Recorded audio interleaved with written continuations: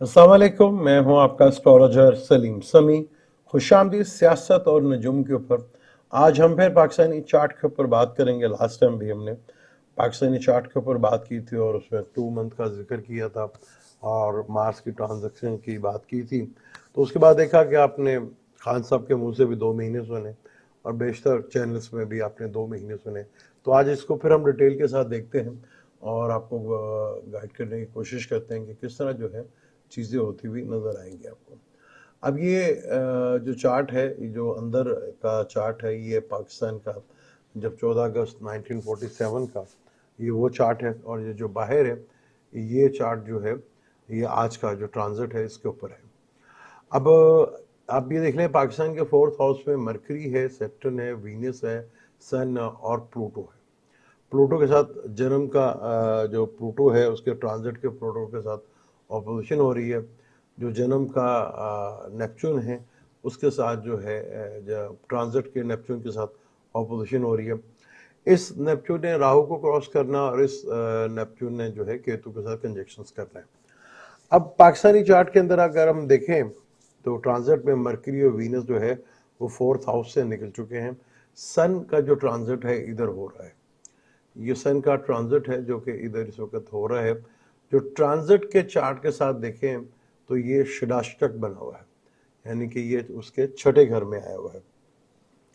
और सन का ये ट्रांजिट जो है जब सन के साथ आएगा तो सेम ऑपोजिशन हो जाएगी।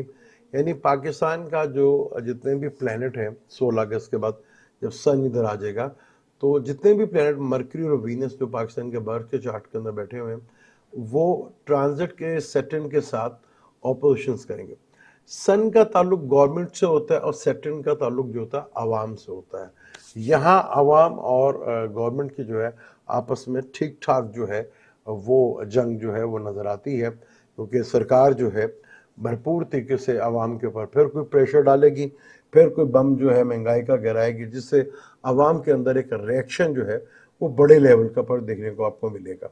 यहाँ पर जन्म के चार्ट में वो कंजक्शंस है और ट्रांजिट में ही ऑपोजिशन हो जाएगी। जब सन ट्रांजिट होगा सैटर्न के सामने आएगा तो ये टाइम 1 महीना जो है वो गवर्नमेंट के लिए इंतहाई तकलीफ दे होगा और आवाम जो है ये आवाम के लिए भी उतना ही ज़्यादा तकलीफ दे होगा। और ये कुछ पॉइंट है जहाँ पर आवाम जो है वो हुकूमत के लिए चैलेंज जो है वो बन सकती है और आवाम जो है वो सड़कों के ऊपर आपको नज़र आ सकती है, क्योंकि सन और सैटर्न का कंजक्शन जो है सन का ताल्लुक गवर्नमेंट से लिया था और सैटर्न का आवाम से, और वो भी लेबर तबका जो आवाम है उसके साथ। फिर इसी सन ने जब ल्यू से निकलकर यहाँ से 16 सितंबर केतु के साथ आना है तो राहु और केतु के साथ जब इधर आएंगे तो ग्रीन भी लगेंगे। तो ये वो टाइम होगा जो गवर्नमेंट के लिए इंतहाई मुश्किल तरीन टाइम होगा। यहाँ से शुरू होगा 16 अगस्त से और 16 सितंबर तक ये रहेगा।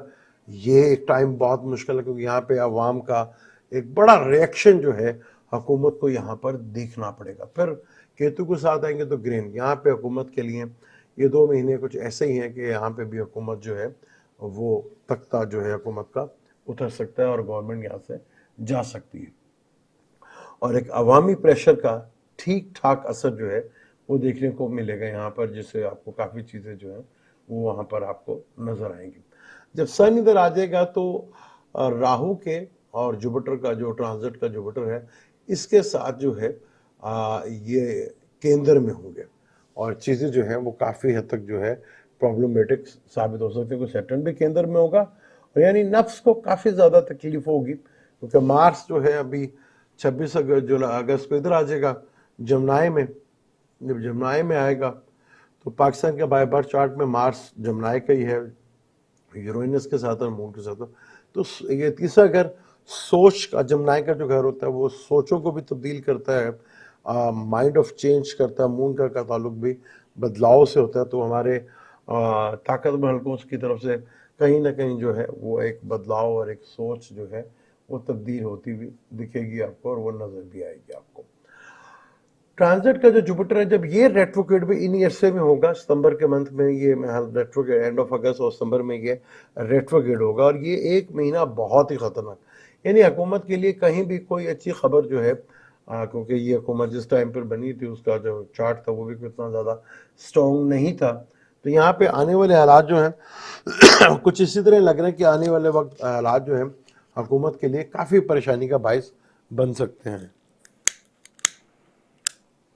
तो यहाँ पर इन चीज़ों को आपको बहुत ज़्यादा, क्योंकि सेक्टरिंग का ताल्लुक जो है वो नीच से लेबर तबके से होता है, नीच प्लेनेट भी से कहा जाता है। और पाकिस्तान का सेक्टरिंग जो है वो बाय बर्थ 4th हाउस में बैठा है और वीनस के साथ बैठा है, मरकरी के साथ बैठा है, और सन जो है अच्छा नहीं माना जाता। 4th का लॉर्ड अपने से 12th में बैठा हुआ है मार्स के साथ और यूरेनस के साथ। अब ये 4th का मालिक ही अपने से बैठा हुआ है 12वें घर में, तो इसलिए पाकिस्तानी अवाम जो है वो एक बड़ी जज्बाती सी कौम है और उसके घर पे लोगों ने कब्ज़ा किया हुआ है। और अब नई चीज़ भी है कि पाकिस्तानी के बेशतर ज़मीनों पे जो है कब्ज़ा हो रहा है। अब कौन कर रहा है ये तो वक्त ही बताएगा, और उनसे आगे जो काम है वो अदलिया का है। अदलिया अपना काम जो है वो बहुत तेज़ी के साथ करती हुई आपको नज़र आएगी। 10वां घर जो होता है वो हुकूमत का होता है। हुकूमत से ये 8वें घर में आ जाएंगे जहां मरकरी बैठा है, वीनस बैठा है, और यहीं पे 16 अगस्त को सन आ जाएगा। तो हुकूमत के लिए ये एक बड़ा चैलेंज जो है साबित होना जाएगा। यहाँ पे हुकूमत के लिए काफ़ी बड़ी टेंशन जो है वो खड़ी होती है। और 9th हाउस जो डिवाइन का अलबत्ता वहाँ पे केतु बैठा हुआ है। तो ये काफ़ी मुश्किल तरीन टाइम है जहाँ काफ़ी कुछ जो है कुछ गलत पॉलिसियाँ और कुछ ऐसी पॉलिसियाँ जहाँ जो है आवाम के लिए तकलीफ दह चीज़ें होंगी काफ़ी ज़्यादा। वो वीनस और मरकरी की दिशा चल रही है और राहु की। तो मरकरी का ताल्लुक एजुकेशन से भी होता है, तो एजुकेशन के मामले में कुछ ऐसे गवर्नमेंट स्टेप लेगी जो बिल्कुल ही तबाही के बर्बादी की तरफ जो है वो एजुकेशन जो पहले थोड़ी होती है तो वो भी बर्बाद होती हुई आपको नजर आएगी, जो कि पंजाब हुकूमत कर चुकी है। और राहु, जैसे मैंने आपको बताया कि ग्रीन की सूरत हाल बनेगी, क्योंकि सन ने जब इधर आना है तो यहाँ पे ग्रीन लगने हैं, और जब ग्रीन लगेंगे तो सूरत हाल वो आपके सामने साबित होगी कि कैसे हालात हैं। और ये ग्रीन भी जो है ना काफ़ी गहरे असरात जो है वो डालेंगे। 12वां घर जो होता है वो फॉरेन साइड का भी होता है। तो जब छठे घर में विर्गो में प्लैनेट आएंगे तो फॉरेन का एक प्रेशर जो है वो बहुत ज़्यादा बढ़ जाएगा। जो मौजूदा हमारे यहाँ पे हुकूमत है या उसके ताकतवर लोग हैं, उस प्रेशर को झेलना बहुत मुश्किल हो जाएगा और इस हुकूमत का स्टेबल रहना इंतहाई तकलीफ है। अगर मैं लास्ट से लास्ट भी डेट दूँ तो 29 अक्टूबर 2024 है। मुझे ये हुकूमत जो है ज़्यादा साइबल करती हुई नज़र नहीं आती। अब अगर पाकिस्तान के बर्थ चार्ट में आप देखेंगे कि मार्स जो है 3rd हाउस में बैठा हुआ है। 3rd हाउस स्किल का हाउस होता है, करेज हिम्मत का हाउस होता है। मार्स की नज़रियात भी होती हैं 4th और 8th, जो उसकी अपनी पर्सनल नज़रियात हैं। 7th उसकी हर होती है। तीसरे से बैठ के छठे घर को देख रहा है। छठा घर सर्विस का घर होता है, जॉब का घर होता है। तो जॉब किसके हाथ में ये भी आपको पता है। और यहाँ से 9th हाउस जो है वो 9th हाउस जो है वो मार्च से जो 9th हाउस है सेक्रेटरीज है, जो फलक का 9th हाउस है, जो कि अदलिया का घर होता है। अदलिया पे किसका कंट्रोल है ये भी आपको बता, लेकिन अदलिया अब अपने आप को बहुत स्ट्रॉन्ग करती हुई नजर आ रही है। और 10वीं नज़र पड़ रही है 10वें घर के ऊपर। पाकिस्तान में ज़्यादातर राज कौन करता रहा, डायरेक्ट या इनडायरेक्ट, वो भी आपके सामने है। तो चीज़ें अब बदलती हुई नज़र आएंगी आपको, चाहे हम क्रिटिसाइज़ करते हैं जो भी करते हैं।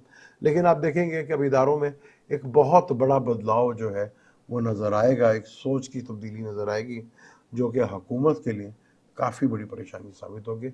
और नवाज शरीफ साहब के लिए आगे हालात जो हैं वो काफ़ी मुश्किल तर जो है वो होते हुए नज़र आ रहे हैं। मुझे दें इजाज़त, इंशाल्लाह मिलते हैं अगली वीडियो पे। इसको डिटेल के साथ फिर और बात करेंगे किसी और चार्ट के ऊपर। तो फिर इंशाल्लाह ताला उस चार्ट को भी इसी तरह डिटेल के साथ आपके साथ डिस्कस करेंगे। जब तक मुझे इजाज़त दें, अल्लाह हाफ़िज़। मिलते हैं अगली वीडियो में।